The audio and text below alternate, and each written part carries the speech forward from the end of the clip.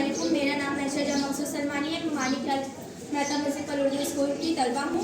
जैसा कि आप सब जानते हैं कि हमारे आइडियल एजुकेशन मूवमेंट में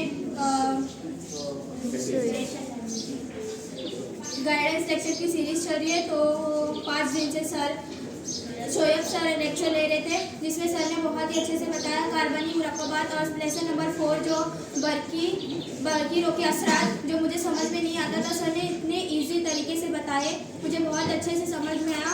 और IUPAC नेम में मैं हमेशा कंफ्यूज हो जाती थी, बट सर ने जब बताए तो मुझे एकदम समझ में आया और मैं सर का शुक्रिया अदा। और सर ने आज इबारती सवालात पढ़ाए जो मैं हर बार छोड़ती थी क्योंकि मुझे समझ में नहीं आता था, बट सर ने फार्मूला बताया, उसके हिसाब से मुझे समझ में आ गया। इंशाल्लाह मेरा अब छूटेगा नहीं। और मैं सर का शुक्रिया अदा करती हूँ कि सर की इतनी तबीयत ख़राब होने के बावजूद सर हमें आते थे, पढ़ाते थे और सर अपना कीमती वक्त हमें दिए। सर का बहुत बहुत शुक्रिया। क्या वो हमारे लिए आप लोग